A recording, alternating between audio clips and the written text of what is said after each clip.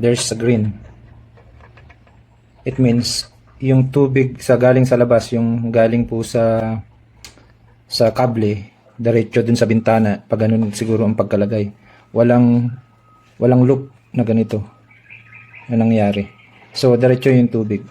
So nabasa po yan. Yan. Pinasok.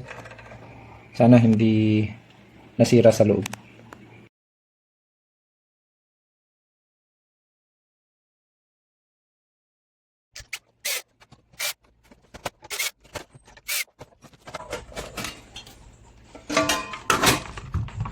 Pinasok dito. Pero sana hindi na ano yung basa din. Okay, tapos na. So pasensya na po kung hindi na namin na videohan. Nakalimutan na video kung paano namin lininis. So ayan, kita na wala na yung kalakalawang na green. Ayan. So may video na rin. So testingin natin isa-isa yung mga camera niya. So wala siya. Wala. Pero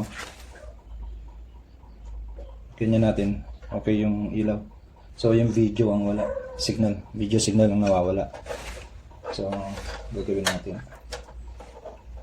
Check muna natin yung wirings. Testingin natin yung continuity ng wire niya. So ito yung sa video. Ito yung nawawala.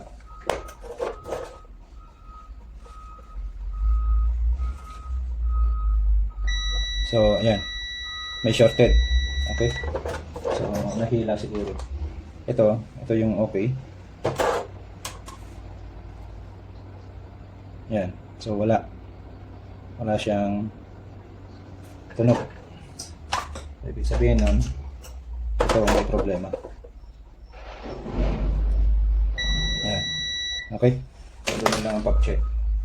Gagawin natin ngayon dito. Hanapin natin yung shorted niya, pwedeng dito sa mga ano niya.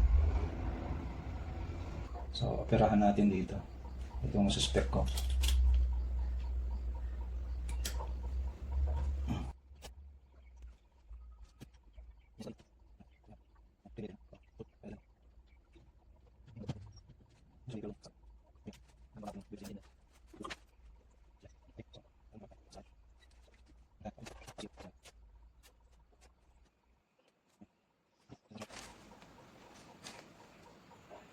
So wala na.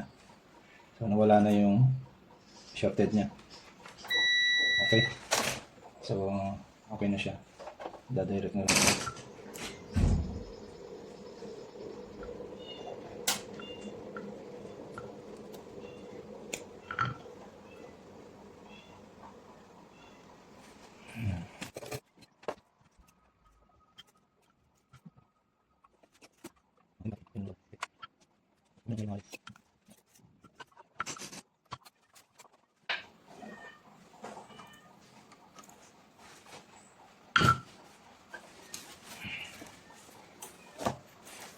So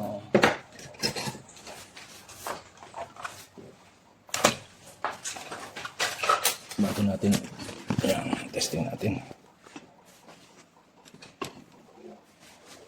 Bago natin ilagay yung pinaka testing natin.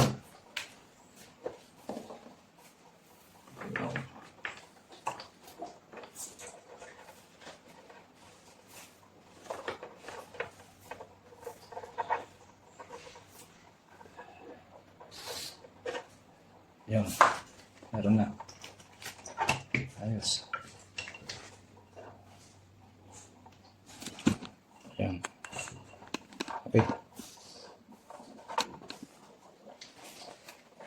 So, yun lang. Ang nagiging problema kadalasan. So, para hindi pasukan ng tubig. Kaya pwedeng gumamit ng beta gray. Pwede rin. Wala namang resistance yan.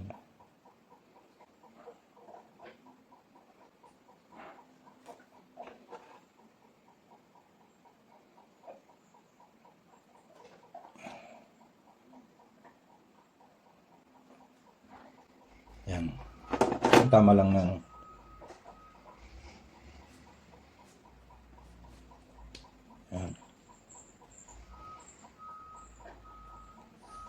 Tapos, Mighty Band na o kaya Shoe Blue.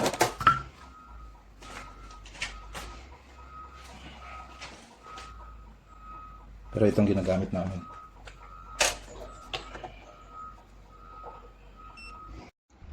Ayan. So, parang bumalik sa dati. Ayan. Testing natin.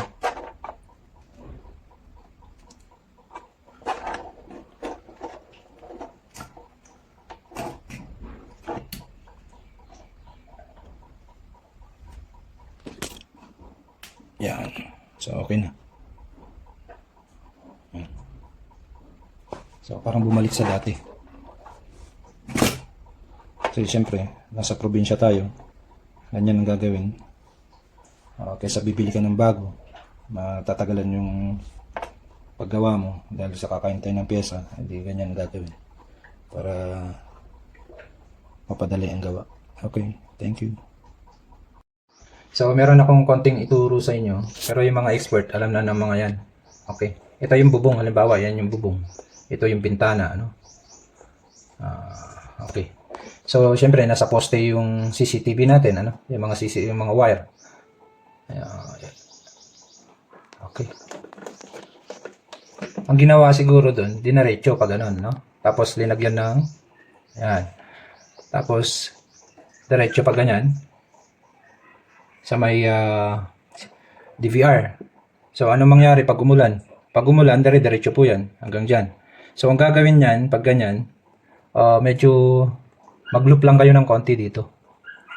Okay. Yung, alam nyo medyo mas mababa para kung halimbawa dito babagsak yung ulan. No?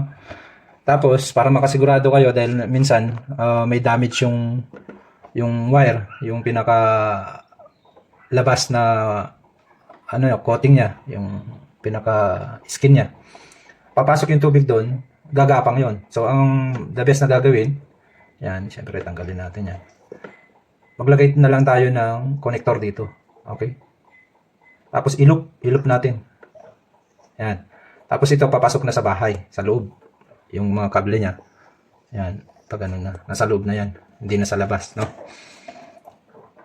So, pag umulan, dito yung mga iba, kung halimbawa na may damage yung dito, yung wire natin na damage dahil sa hindi natin na papasok yung tubig sa loob ng wire, at least meron dito na connector. So, ito lang masisira, hindi yung DVR natin. Okay? Tsaka hindi pinasok yung bahay nyo ng tubig. Kasi minsan, pwedeng pagbulan ng masisira yung mga appliances natin, kung lalo na kung doon napadaan nyo itong DVR. Okay? So, maraming madadamay. So, mas maganda, ganyan lang siya. Makikita nyo naman, hindi siya papasok yung tubig kasi dito siya babagsak. So, huwag yung idiretso. Okay? Sana nakatulong. Salamat.